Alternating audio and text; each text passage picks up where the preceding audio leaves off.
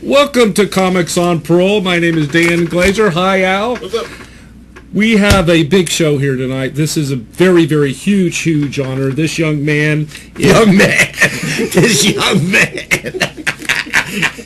has been on Johnny Carson, Jay Leno, David Letterman, Jeff Foxworthy, Roseanne Barr. He did the documentary I Am Comic. He was on the movie Roxanne, and much more to even mention in one sentence. Welcome to the Parole Desk, Mr. Ritch Shydner. How are you, Rich? Thank you. It is a really big honor, and I said to you, there's so much to cover, I don't know where to start, so let's start in 1952 when you were born. Let's go from there. Let's move right out of that. Baltimore, Maryland. Baltimore, Maryland. Yeah. But you know, you started doing stand-up at 25, right? 24. Okay, but you really did comedy before that because you did comedy in college. Well, I always did. Always made people laugh, and that's the whole thing to make the transition from making your friends laugh in the moment, spontaneously, to making strangers laugh on demand. That's every comic has to make the transition. I mean, I knew I was funny but I never thought, I could do this for a living. Nobody I knew was in show business. There was nobody. I was from a small town, New Jersey. I didn't have any kind of feeling of like, I want to do show business. I was just like a regular kind of guy. I did sports. I was not great at them. I hung out with my friends, and I just made guys laugh. But I never thought, I want to be in show business. I never watched television and think, I want to be there. And you had a very well-rounded childhood. You didn't have a lot of pain as a child. I'm assuming. You assume wrong. I assume wrong. Okay, because that's where so much comedy comes from. Yeah, my theory is stand-up comedy is such an extreme activity. Yeah. Everybody knows funny people. I grew up with people who were as funny as I was, who never had the urge, never had the need to ever step on stage and do stand-up comedy. Right. People in college, Cam Melchiori, one of the funniest guys I ever met in my life, never pursued stand-up comedy. So to me, stand-up comics come from one of two places. They were either in the family, they were either Prince of the family or the POW of the family. Yes, right. Which one were you? So the POW. Okay. The Prince of the family, So was I. they were treated with adulation, given all sorts of positive feedback and support. Everything they did was glorified. Right. Everything was just fantastic. Right. And so when they get out into the real world, where are they going to get that kind of undiluted, pure love, but on the stage? Right. And then the POW was beaten like a dog, physically, emotionally, both. Right. They never got any kind of good feeling growing up. So we had a similar upbringing. Right. And so when they get out into the real world, where are they going to find that? Yeah. But on the stage. Then those are the two. So the Prince gets on stage and it's like a narcissistic free performance. It's like, look, Mom, no hands. And the POW gets on stage with a gun to their head, metaphorically going, can you see me now? Yeah, right. You're 100% right. And but it's because of that you are who you are today. It doesn't matter. I'm just saying that's what that's what drives the people to go do stand-up comedy. It's such an unusual sport. It's such an unusual activity. Yeah. Well, like Barbara Streisand, she got no acceptance from her mother. I remember reading that. Something that drives you to get that acceptance. Look, you're going in front of a room full of strangers, seeking approval from a room full of strangers. That's right. It's an odd sport. It's an odd thing to do. It's an odd art form, whatever you want to say. Let me ask you, because to me it's like being a doctor.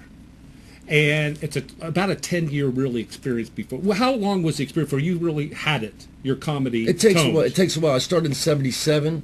Yeah. I started in 77, but I did my first Tonight Show in 84. Right. But it takes, but I was doing it, when I did it, I did it every night. You lived it. Many times, as many times I could every night. Yeah. Never took a night off. I remember once read an article of Richard Pryor, and he was at the height of being Richard Pryor in the 70s, and they interviewed him, and they said he just got back from Hawaii. Oh, you went on vacation in Hawaii? He said, I was only there for 2 days, man. I was only there for 2 days. Couldn't take it. Got to get back on stage. Yeah. Because he was afraid of losing that thing. Like I don't think any like I don't think a guitar player. I don't think Eric Clapton wakes up in the morning and goes, "Gee, I wonder if I can play guitar today." Right. But a comic, you're not sure when you could lose that funny. You know, it's a weird little mix, a little weird little thing, and you could lose it. Does every comic lose it every once in a while? Like you explained, you lost it for a while, and then you went running, and a joke came to you. Yeah. Like there's a fear that comes have, I think, of going. I've never going to write another joke. I had a feeling there was a period in '85 when I quit drinking and doing drugs, and just getting back on stage without that crutch, because I didn't drink and do drugs on stage, right? But having them before, I mean after, especially after, but I was angry and I was having a hard time on that transition, and I wasn't writing any new material, which was unusual for me because I really liked the material. I really liked the new material, and I had a period and I was not getting it. And so a friend of mine said, "Why don't you try running again? You used to run." I go, "Yeah, I used to run a lot when I was younger." He said, "Try running again." I was smoking like a pack of Camel non-filters a day. Right. So he said, "Yeah." I said, yeah." He said, "Go ahead, run with the smokes." And I would put like 3 or 4 cigarettes in my sock, and a lighter, and I'd run for a few feet, and I'd light up and have a couple of puffs, and take another few feet and run and start running. But I started running, and it did something different to me, and the endorphins, whatever it was, I kicked in with a new joke, and a joke just landed on its feet. I mean, a lot of times jokes you get like part of a joke. You get the setup, or you get the punchline, you get the premise, or something. Part of it, then you got to piece it all together and figure out the rest of it, or build the rest of it. But this one landed like a lightning bolt. Just landed whole, right in front of me. He said, "Here I am." You don't remember? I was wearing a little beard. I remember that the Improv in Tempe. Yeah. My friend Mark Anderson owned that club. God rest his soul. I mean, I love the guy. Yeah. Now, okay, so you really kind of took off pretty fast, and then you got on Johnny Carson. That was tell us about Johnny Carson. Well, that was back in my time. That was the goal for virtually every comic. Yeah. You had to get on Johnny Carson to become known. It was sort of like a seal of approval. It was a gold standard. It's like that's what you wanted to do. It was the Johnny Carson show. So I worked to that, and I got on the Tonight Show the first time. And when you did the show, you got one of 3 reactions. He'd either wave you over to the desk, which is very unusual the first time to get that. I remember maybe Roseanne Barr got it the first time. Seinfeld? I don't think Seinfeld got maybe Jerry did the first time. I'm not sure. I know that Stephen Wright did. Yeah. There were a few who did that. Yeah. Got pulled over right up the first time. That Drew Carey, something like that. But or you'd get the OK sign. That was the one. You got the OK sign. Yeah. The worst thing was if you looked over and he was just tapping his pencil on the desk. Yeah. That was like a drum roll of death. That was like the execution firing squad. When he stops tapping that desk, you're out of showbiz. Right. You might as well just pull a trap door and drop you into a tank of sharks. But I got the OK and came back. And you were on 14 times. About that, yeah. And Letterman and Jay Leno's a very close friend of yours. Right? Well, I don't want to say he's a close friend. He's a friend. He fixed your car. He did. Jay's a real guy. I mean, people that I don't think truly understand that. When I first moved out there, Jay was like a one-man welcoming committee for my generation back. I moved in '82. Right. And every comic that went out there from New York, Jay was... He was sort of like he's just it was like the Chamber of Commerce for comedy or whatever. Hey, welcome, and he'd show you around. And I remember one time I was going up to his house. He had motorcycles, and a lot of them. I think I was going up to ride a bike with him or something, one of his bikes or something like that. But I pull up into his driveway, and he's in the garage working on a car. Yeah. I mean, when he says he loves cars, it's not like he just likes to buy them. He likes to work on them. And I pull up. I had a '62 Chevy convertible, and I pull up, and Jay goes. Hey, Shydner, I do a lousy impressions, but I'll do the best. Hey, Shydner, I think your car's running a little rough there. Pull it in here. Yeah. And I pulled the car, and he tuned it up. He gave it a physical. Turn its head left and take off. He popped the hood and tuned it up. That's funny. Yeah. Briefly, since we brought up Jay, let's go back to your youth for a minute with Rodney Dangerfield. Yeah. Tell us your early days with Rodney. Well, Rodney was, of course, a legend. When I got to New York City in '79, and he had the club Dangerfields, and he would come around and perform in all the clubs. I mean, he'd pop in to do a few minutes, and he loved young comics. Rodney was a truly honorable guy. Right. And when you'd see him come in, like say if you're on stage, you'd see him go into the light there. You knew Rodney was doing the circuit. Like there three main showcase clubs in New York City at the time: the Right. Comic Strip, Catch a Rising Star, and the Improvisation. Right. And you know, he was popping around to practice his set to go on a Tonight Show. So if I saw him there, I would stop mid joke. You know? So then the guy said, "Hey, folks, we got a treat for you here tonight." You know. And bringing up Rodney Dangerfield. Needs no introduction. Rodney Dangerfield. And he'd walk in, the place would go crazy. Everybody loved Rodney. And he always, I think, appreciated that I would just bring him right up. I wouldn't finish my act and make him wait. And I remember one night I was after the show, I was at Times Square. I just like to go out. This was when Times Square was truly a dangerous zone. Right, I remember. You know, I mean, strippers walking around naked on high heels. I remember those, and drug dealers and all. And it was just a scene. Now it's like Disneyland, but it was a scene. And I remember one night I was just standing on the corner and just smoking a cigarette, looking at everything. And all of a sudden I felt this presence beside me. And I turned to Rodney. He goes, "Hey, kid, it's all happening here, ain't it? There's something, I'll tell you. Oh, wait a minute. Here comes my date." And a hooker walks up. Rodney walks off with her. You know? Oh, my. Now, you were good buddies with him. You went to his home. I mean, I hung around. I couldn't say I was good buddies, but I hung around. But I worked at his club. Yeah. He didn't, guys of my generation didn't headline his club back then. There were the guys of his generation, the Jackie Mason, Jackie Vernon, you know, all the Jackies, all the comedians of that generation had on stuff. David Fry, but on weekends between 12 and 4 in the morning, we would go on and do sets, and hired us for like to work the prom season. He would bring in, you know, just busloads of prom kids from Long Island. You know, they were all drunk and, you know, their prom tuxes and gowns, and they were a mess, and you go on stage. It's just gladiator work. Yeah. You just had a whip and a chair, just fighting these young drunk kids. Oh, my God. But I'd do my time, and Rodney was great to hang out. I had here's a great story. It shows you the ethics of Rodney.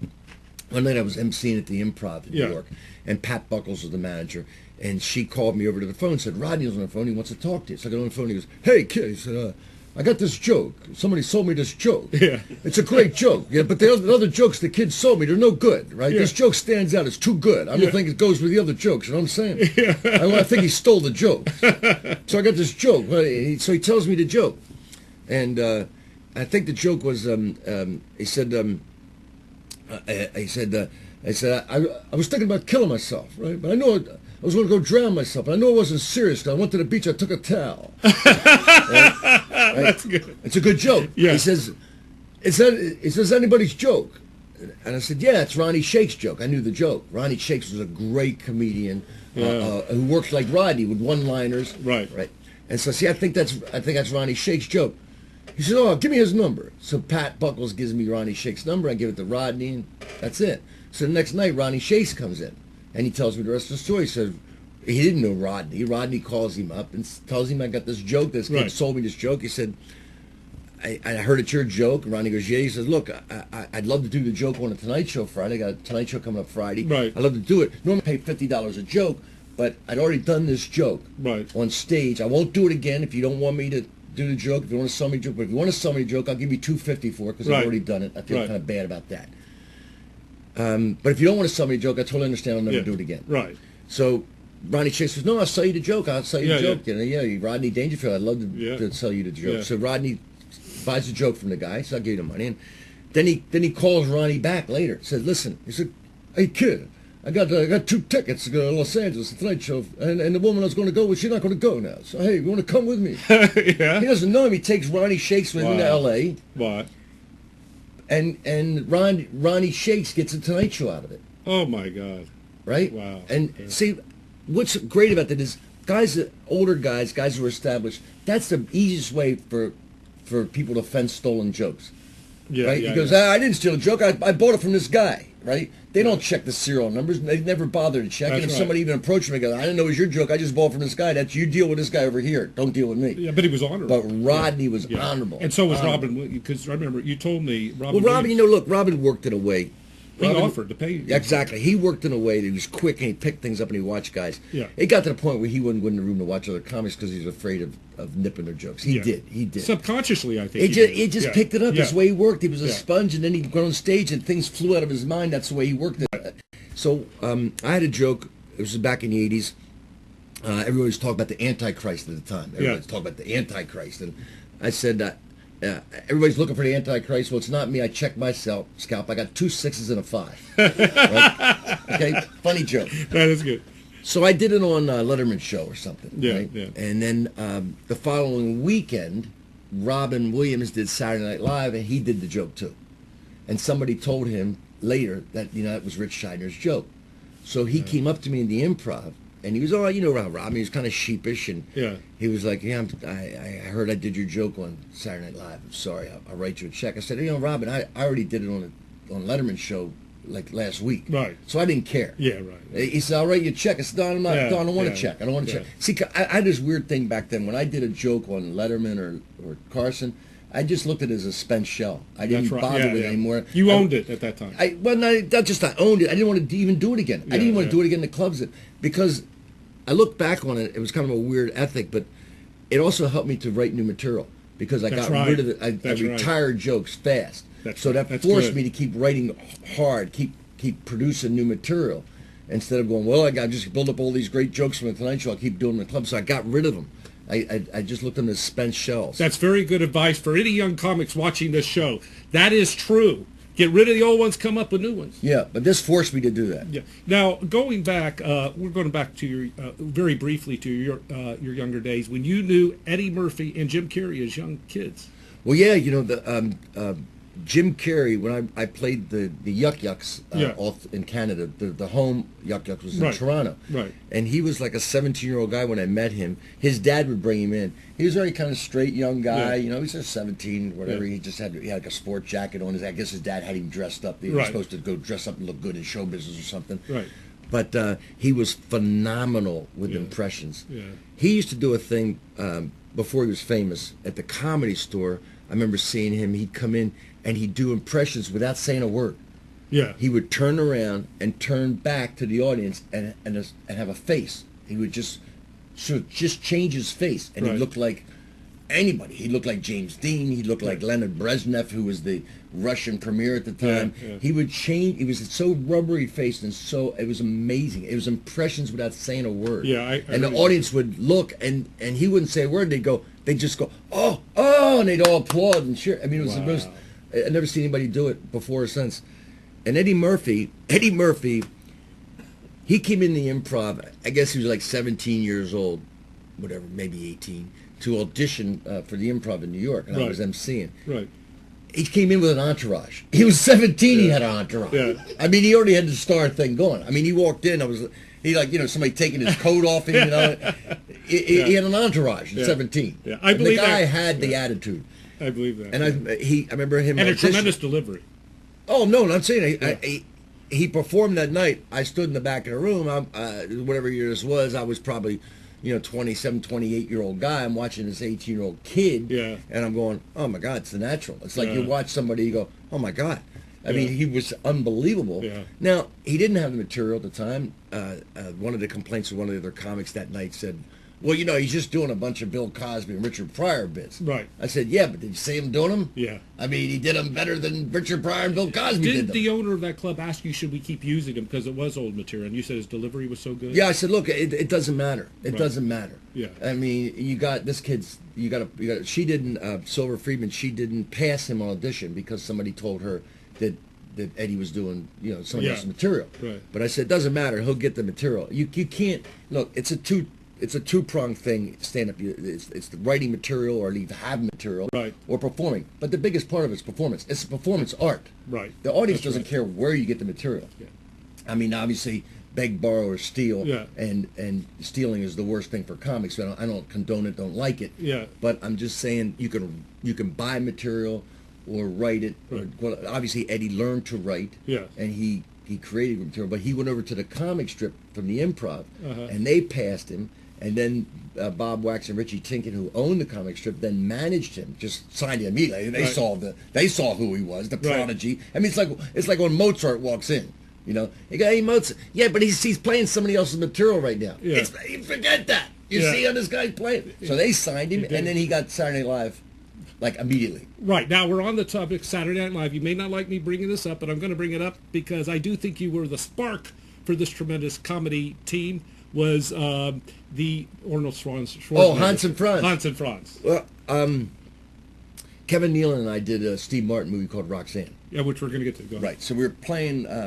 We were up in Canada, and our scene was one day was the opening the movie. It was a fight scene. There were two guys going to fight him, right. and they wanted it to be in the script. It was in the evening. Right. The scene takes place in the evening, so they had to have a day where it was cloudy, so it'd be kind of looked like it was evening without rain, of course. Yeah. And it was August in this town, Nelson in British Columbia in Canada. It was sunshine every day, so we were up there for like 5-6 weeks, just hanging out, waiting to do our one scene, and getting paid and having a blast. And we were working out every day. I was a fan of Schwarzenegger. This was 1986, so Schwarzenegger was just starting to become known. Yeah. And I was a fan of his documentary. I think it was 1979 documentary called Pumping Iron. Yeah. So I was doing all of Schwarzenegger. And I'd go, and so every day to Kevin Nealon and I would go work out. I go, Kevin was going to pump you up. You got to make you look strong. You got to be strong, you know. And I was doing Schwarzenegger. Yeah. And we had fun with it every day. And then, of course, after we did the movie Roxanne, he got Saturday Night Live. Yeah. So one day, and I used to do Schwarzenegger, just joke around, just kind of get myself psyched up. So one day, I was in Lake Tahoe performing. Yeah. And I was backstage at this casino, and I was going, I'm going to go out there, I'm going to kill them. And one of the tech guys goes backstage, goes, hey, you're doing Hans and Franz. I go, what? No, I'm doing Arnold Schwarzenegger. He says, no, that's Hans and Franz. Yeah. Go, who's Hans and Franz? He goes, on Saturday Night Live. So that night I went on TV, and I watched, and I saw Kevin and Dana doing the Hans and Franz. I go, okay, so I inspired it for them, but it wasn't stolen from me. First, it wasn't in my act. No, you get the spark, the idea. I get the spark. We get the sparks from all over the place. Yeah. Schwarzenegger was in the air. Yeah. Somebody was going to do a impression of him because he was, you know, Conan was just coming. He was just starting to become famous. Yeah. And it was just in the air. And I always got a kick out of the fact that Kevin and Dana took that spark and turned it into something. And he so offered cool. to take you to Hawaii. He was funny. I saw him at the Beachwood Cafe like after that, you know. And I said, hey, you know, hey, Kevin. He goes, hey. And he goes, hey, you want to go to Hawaii? A little Hans and Franz spark. I'll give you a little Hawaii trip and a Hans and Franz spark. You know, thinking about it, they could have made a movie out of the Hans and Franz. While we were watching that, Rich told us something interesting about. They were dressed in tennis, but carrying ski stuff. Ski poles. Yeah, we're it's the summertime. We're two guys dressed. Played at tennis, and we got 6 packs of beer, but we're carrying ski poles. Yeah, there's no reason for us to have ski poles. That's right. There's never any explanation other than the fact that we need to have something to sword fight with, other than swords. Yeah. But we actually should have had tennis rackets too. That's true. And after seeing you sword fight, and you're a handsome guy, you were the Errol Flynn of comedy. You know, that's your new logo. In order to be handsome, you got to feel handsome. I never felt handsome. Now, briefly, you were hurt on that set.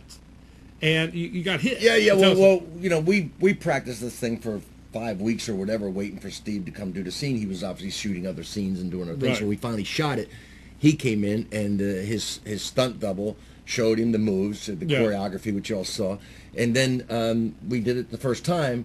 That one part where I'm come up behind him, and he, without looking, just throws his racket up there and catches me in the face. Oh, yeah. Well, the first time we did it, he stepped back a little bit too far, and when he whipped his racket up, it caught me in the side of the head and just knocked me out cold. Just like I go running up, he goes whack, and they just wham, and I go out. I'm out. Yeah. When I wake up, there's like one guy with me, and there's like 10 people around Steve. Is the wrist okay, Steve? Is the wrist all right?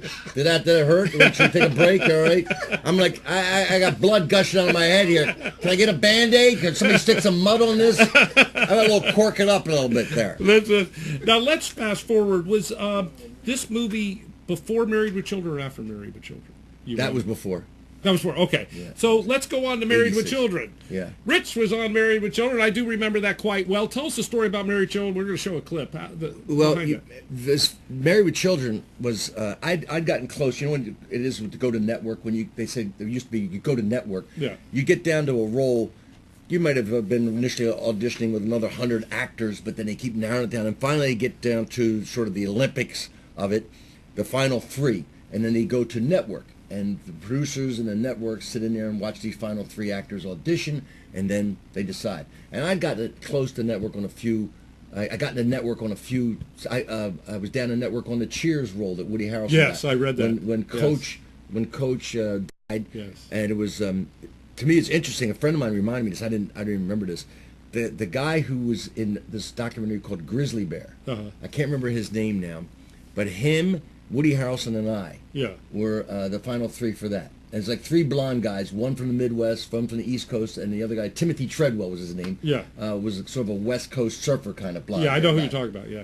He did this. He got eaten by a grizzly bear. Yeah. So. He went to Bradley University, Peoria, Illinois. That's where he graduated from. Okay, well, I don't know. But anyway, so we were the three. So I didn't get that. And so we were down a network on this new series on a network that didn't exist yet. Fox had not even started. So I'm in there auditioning for this new show on a new network. And the three of us are sitting in the hallway waiting to do audition. And then the producers come walking in the hall. And there were two producers. One was Michael Moy, a short black guy, and the other guy was Ron Levitt, a tall Jewish guy. Right. So they come walking into the building, and the actor sitting across from me jumps up, and goes, and Michael Moy and him run at each other and hug, and hey, how you doing? And he says, and Michael Moy's telling the guy, you're gonna love Los Angeles. Oh, geez. Hey, you got your bag here? Yeah, you're staying at my house. And I just sit there going, well, this is over. Yeah. Why am I even sitting here? The other actor, the third guy, he looked like he got gut shot. He's bent over, just slumped over like he was dead. That's why he went to live with the Grizzlies. Did you know that? No, that wasn't Timmy Trouble. This is another. The other one. Okay. This was Married Children. Yeah. So there's the three of us just sitting there, and I'm just going, this is all over. Forget it. Why am I even sitting here? And I'm going. I really felt I'm just going to leave right now. Why even bother staying? This other actor, he's the buddy with the producer. Yeah. I'm going. So I didn't care. And then they come right out, and the secretary, comes out, or assistant comes out and says, all right, we start. Rich, you're first. So I was like, okay. And I went in with this, I didn't care attitude. I was making fun of everything. I was making fun of there was no network. I was making fun of this new series for a new network, and I was having fun. And I did a real loose audition. Yeah. And at the end of it, and Ron Levitt told me this later. One of the creators told me this later. He said, when you left the room, and if the other two guys came in, Michael Moy obviously stuck up for his friend, said this guy's a trained New York actor, he has the role, and the network's like, no, the funny guy, that other guy, he was hilarious. And Moy was upset over it. He didn't like it at all. He hated me from the beginning. I'd come in, it'd be rehearsal, I'd do a rehearsal, and he'd just stare at me, and he just didn't like me. Always had bad criticism for me. And Ed O'Neill was great because some days I get a little down. The producer goes and says, you're killing the scene. You don't you know how to do comedy? He was just he was so angry at me, right? And for taking his buddy's role. And Ed O'Neill would come up and go, F him, man. Don't worry about him, man. You're doing great. Ed O'Neill was really a good guy. You were on about 8, 12 shows? I was on 8 shows. This is how they fire you in show business. So you have a contract. And normally people who are, I was a recurring role. Yes. Right. So you get guaranteed 7 of 13. Yeah. 7 of the 13 episodes for that run. Right. And so I did the 7, right? Yeah. And so the 8th show comes, and the system was on Friday, we get the script, and then Monday would be the table read, so I'd have it to work on the weekend. Right. So Friday came, the 8th week, and I didn't get my script in the afternoon. So I called my agent and said, hey, I didn't get my script. He goes, it's probably a delivery problem. Don't worry about it. I'll call you right back. He calls right back. He goes, got some bad news. Oh, you're off the show. I read that. My heart kind of sunk. I go, that's it? That's how you find out? That's how you find out. I read that. It was kind of... It was about, you do know that the show was going to be popular. No. And it wasn't popular at the beginning. They changed, the kids were changed. There were 2 different kids in the pilot. We did the pilot like December. Right. And then they put 2 different kids. I think 86 was when we did the pilot. And then they put in the 2 kids, David Faustino and Christina Applegate. Yes, they switched them out, and we reshot their scenes for the pilot. Yeah. And then the series came back. And between them doing the pilot with Christina Applegate and coming back to shoot the other episodes, she sort of blossomed. She blossomed. Beautiful. So when she walked out on the stage, the first time, and all the men in the audience went crazy. So the producers went, wow, we're going to do a lot more scenes with her. They started dressing her as jailbait, that was that. But you didn't know it was going to be a hit. Nobody knew it was going to be a hit. And it wasn't a hit until that crazy woman from Ohio started making a stink about it. I do remember that. That's really, she started a campaign. One of those religious nuts going, this show is bad for the morals of America. Yeah, it's dirty. It has too much sexual content. People were like going, sexual content? Where is that show? Let me see that show. And originally it was not. It was going to be Sam Kinison and Roseanne Barr. They were original too. Yeah. But it really with Katie Sagal and Ed O'Neill, it was great. I mean, Roseanne went on to her own show, which is great. And that's all there is to it. It always works out the way it's supposed to work out. Let me ask you, did you come close to getting the Cheers role? Oh, I don't think look, when you get it, you miss it, it's like the three of us who did it, and I went and did the best I could in the audition. You do your shot, and then they could, no, you didn't get it, and I didn't know Woody Harrelson then, I didn't know him, I did a Tonight Show with him later. He's a really nice guy, but the first time I saw him on the show, I went, oh, they picked the right guy. Yeah, he has that naivety too. In fact, to me, it was hard for him to break out of that role a bit and go into other roles. He was so good at it. I never felt like, oh, I should have got that. I got everything I was supposed to get. Everybody gets their shot. I remember I did this other, went down a network on a show called Dear John, and the actor name was Jared Burns. We were up for the same role. Yes. It's the same sort of thing. I did it. I did the best I could. And then when I saw the show on TV, I went, oh, they picked the right guy. Person. Yeah. Just like with Married with Children. That's a sad story. When it it was sad. It was. Because that show was on for like 12 years or something. You kidding me? If I'd been on for 12 years, we wouldn't be talking right now. That's right. I'd be in a boat in the Bahamas somewhere. That's right. And you were really Al's role model in that. He wanted to be you. Really, I thought that was a good angle that they kind of missed that I could be that single guy to torment him. That's right. You know what? That's what happened. That's right. It's okay. Okay, now we go on to you had a big hit movie. I don't think we can go on from there. But you had a big hit movie with I Am Comic, because we're going to see. Tell me a clip of it. Tell me about how that developed. Well, Jordan Brady, who was a stand-up comic back in the 80s like I was, went off to direct movies, and then he was directing commercials. And I did this book with Mark Schiff called I Am Comic. Right. I mean, I Killed. I did a book called I Killed. That was all about road stories. That Jerry Seinfeld did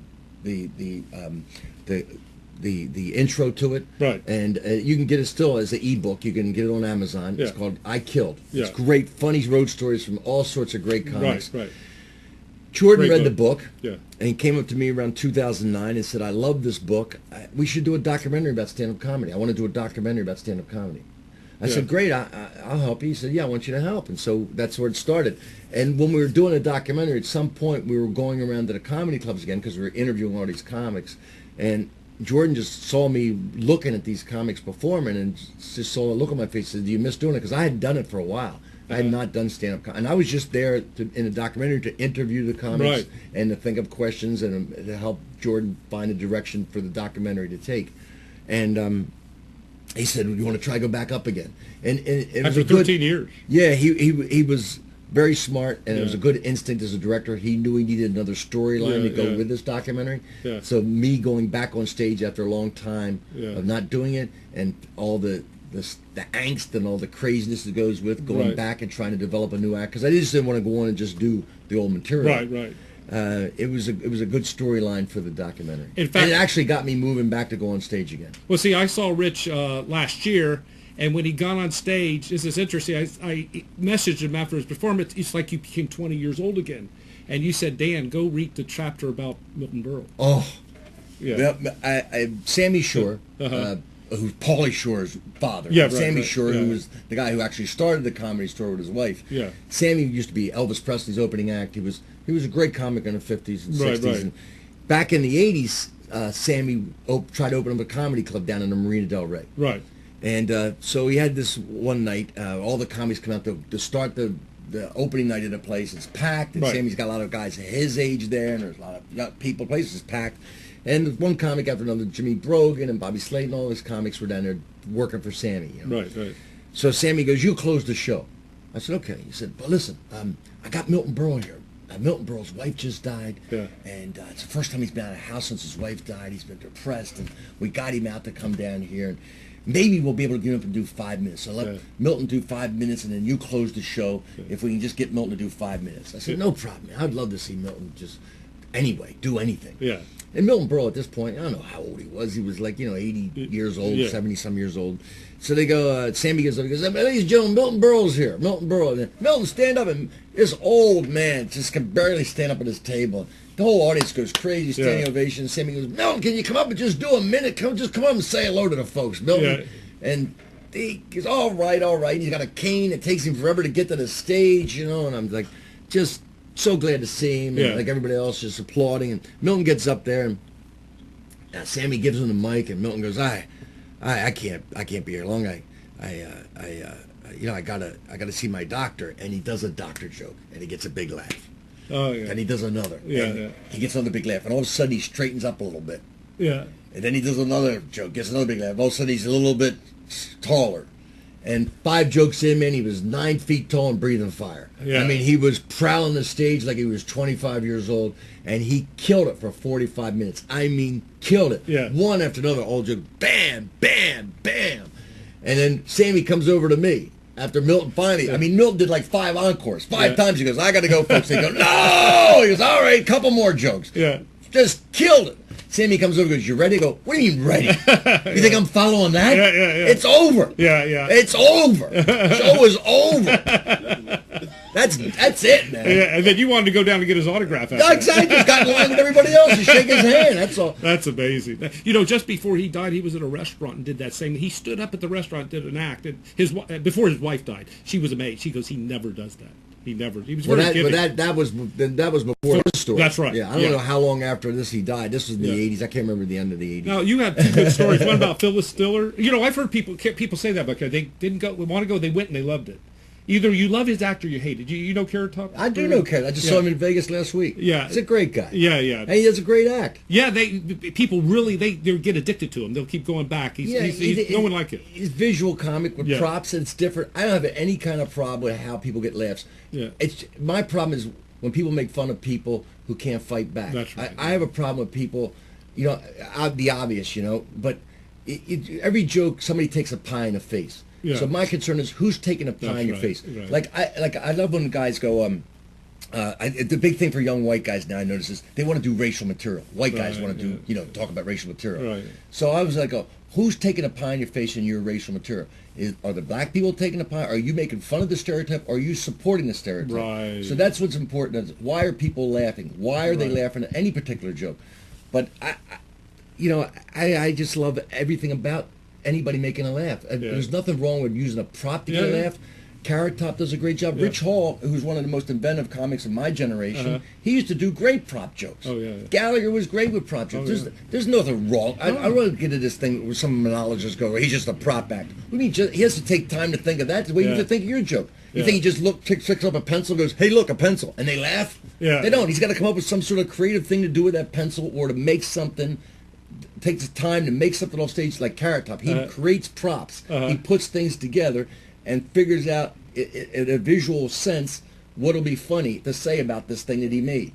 My brother, he did want to go went to the show, and he loved it. Of course he loved it. Yeah. He's a funny guy. Yeah, he is. And the Wendy's girl. You talked about Phyllis Diller. Phyllis, back in the 80s when I was doing a lot of Tonight Show and Letterman, one of my first Tonight shows, I got this phone call. Yeah. And I pick it up, and I go, hello. She goes, it's Phyllis Diller. And I'm thinking, yeah, right, it's Phyllis Diller. You know, like one of your friends is joking. But, you know, I can't do impressions again. She's like, it's Phyllis Diller. I go, yeah, okay. She goes, no, really, it is. I just saw you last night on Tonight Show. You're great. I love you. I love the stuff you do about men and women and blah, blah, blah. And here's my number. And what's your address? I want to send you a card. And I got Christmas cards from her every year. I went and had dinner with her. She was just the nicest woman, and to me, you know, she was the first female stand-up star. Right. She's the first woman who became famous as a stand-up. Right. At that time, you know, before World War II, there were no women stand-ups. Right. And then there was Moms Mabley. You know, her name was Loretta. I can't think of what her name was. Anyway, she created the Moms Mabley character. Yes. She was working that out on what was left of the Black Vaudeville circuit, which became the Chitlin circuit. So she was working that out. Then there was Phyllis Diller, who was working out, you know, what her character was doing, and she became famous as the first woman crossover star. You know, who did television and broke open the whole thing for women. You became very close with her, and I did, and I loved her. I loved her. She was just a terrific woman. I got one of her art, you know, she was really good at painting, and I got a piece of her painting. And did you live when near we did her? the documentary, what? Did you live near her? No, she lived in Brentwood. I lived over in the valley. And how many years were you friends with her? Well, until she died. I met her in the 80s. Yeah. And she died 2000.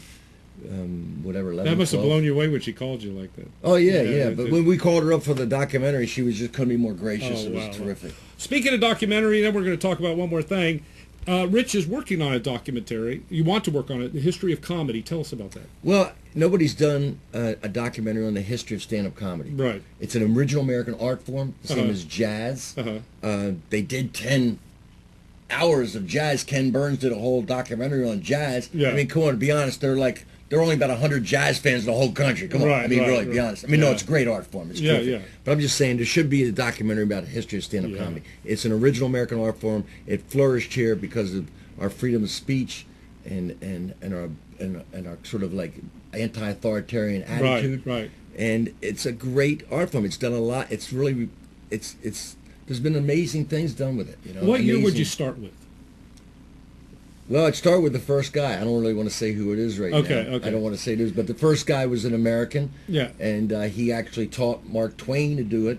Wow. Mark Twain, I think, was the second stand-up. Yeah. But there's just been some great things that signified great things, like one of my favorites is Dick Gregory. You know, Dick Gregory was the first black comedian to perform in front of white audiences. Right. And then he was big on this. He came up with and developed right when the civil rights movement was making its move in the early '60s. Right. And so there's great periods and it says great things about that would be American amazing, culture. and it would go over a several week period, just like the Civil War and Lincoln was kind of a stand-up. He was a very funny man. Lincoln was the funniest president. Yeah. And he was a fan of the first stand-up. Really? Yes, he was. Yes, he was. I could believe he that. was. He was the funniest president without a doubt. And he had a painful childhood. Well, of course. Yeah. He lost his mom early. And his father was very domineering. Right. They made a movie about him fighting vampires or something. Nah, it's stupid. But I love the movie Lincoln by Spielberg. That's a great movie. Yeah. Now, and we're going to close up one more thing, and just briefly, because I know he was a good friend of yours, Robin Williams. You knew him very well. Well, I can't say I was friends with him. Yeah. I was friendly with him. Friendly with him. Okay. And I knew him. I've known him since '79. I met him in '79. Yeah. And I don't know what to say about it. You know, I've been suicidally depressed. Right. You know, and I went through it. And when you're that dark, when it's no lights getting in, people have never been there can't imagine. Yeah. You just it's a very sad thing for everybody because the man was so beloved. I mean, look at the tributes since then. I mean, I love Billy Crystal's, I love David Letterman's. The tributes for him, he was loved by everybody in that moment except for one person. Himself. Yeah, and that's the sad part. Yeah. But I certainly would never judge it because I've been there. Yeah. And I would never have anything but just love for the guy. He was a terrific guy, and I know people who were really good friends with him, and everything I've ever heard about him supports that. And then I'd seen through the years, he was always friendly, always a nice guy to me. And we had a couple of different experiences together, which were fun. Yeah. You know, the whole world choked up. The whole world was. Yeah. Well, he was without a doubt, Yeah. of my generation, the best stand-up performer. There's not even a question. He had all the skills, all the tools, and he went after laughs. I saw him. The first time I met him was 1979. I was emceeing at the Improv, and he just came in. Yeah. It was one of those deals where they said, "Hey, bring up Robin next." Yeah. Well, you know, Robin Williams. The place is packed. There's a couple hundred people there in the Improv in New York, and they went nuts. And he tore it up for 45 minutes in a way that it's indescribable. I mean, people falling out of their chairs laughing. And he came off stage. And, of course, I bring up the next act who just has to perform in a comic wasteland. I mean, the place is destroyed. Yeah. It's a holocaust. There's nothing left. You know, people are like breathing and the poor comic. And so we're standing in the back of the room, and I just met him, and I said, well, that was phenomenal, man. And he goes, he just looks off. He goes, I don't know what's funny anymore. Yeah. And because they were laughing at everything he did. I mean, he would move his arm like this, they would laugh. He'd move his arm like that, they'd laugh. Yeah. And that's the thing about comics.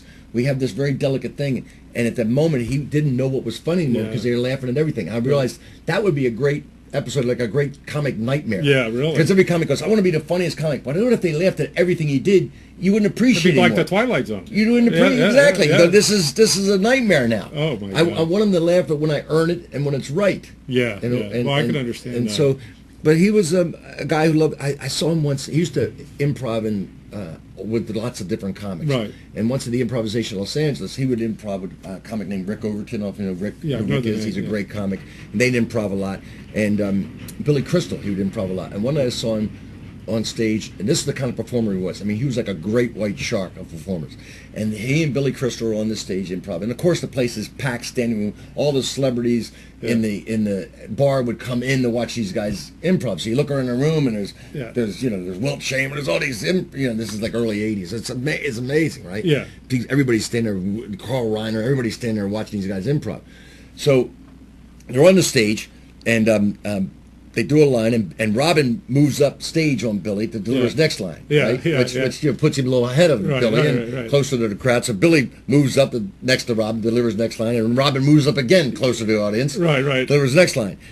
Billy moves up again. Then Robin just virtually moves to the edge of the stage, like hanging 10 on the edge of the stage to deliver his next line. Billy moves right with him to the edge of the stage. Then the next line, Robin just jumps into the audience, starts running around. And Billy looks at him, just shrugs his shoulders, and goes back to the piano to wait for him. It's like doing comics. Can't follow him now, man. Can't follow him there. That's an amazing story. And briefly, you had everyone go get the book I Killed when they get on Amazon. I Killed, right. And then are you working on another book, or as part of that documentary? No, I'm working on another book personally about this comedy explosion in the 1980s I was part of. And it's like my journey through that. So I have a lot of stories and You're very blessed to be coming into it at the biggest time.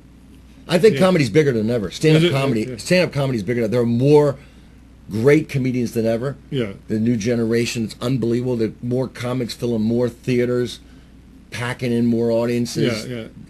Stand-up comedy is phenomenal. There's no middle class anymore. You're either like packing theaters and a draw and getting big money, or you're at the bottom in a bucket of squirming worms. And you're very good to young comics too. He brought a real talented comic with Jay Bandam, and all the comics in Atlanta. Atlanta's got an amazing. We're the third funniest city in the country. I just voted that. I don't know how they rate those things. University of Colorado. But I do know that there's a great stand-up scene here, and the Laughing Skull is a phenomenal little club. And you teach classes there. I teach classes anywhere, but the Laughing Skull that's when in a size room like that, comedy is the best. Go to Laughing, so it's wonderful. And Ritch is going to be there tonight and tomorrow night. You got to go see him. Sure. Comics or non-comics. I saw his performance, and it was amazing. And I'm not saying that to get on your good side. It was amazing. Listen, thank you so much. Thank you, Daniel. Also, and if you have any friends that are coming to perform and they want to come on the show, just tell them to call me. I will. Thank you so much. Appreciate it. Thank you. Thanks, Al.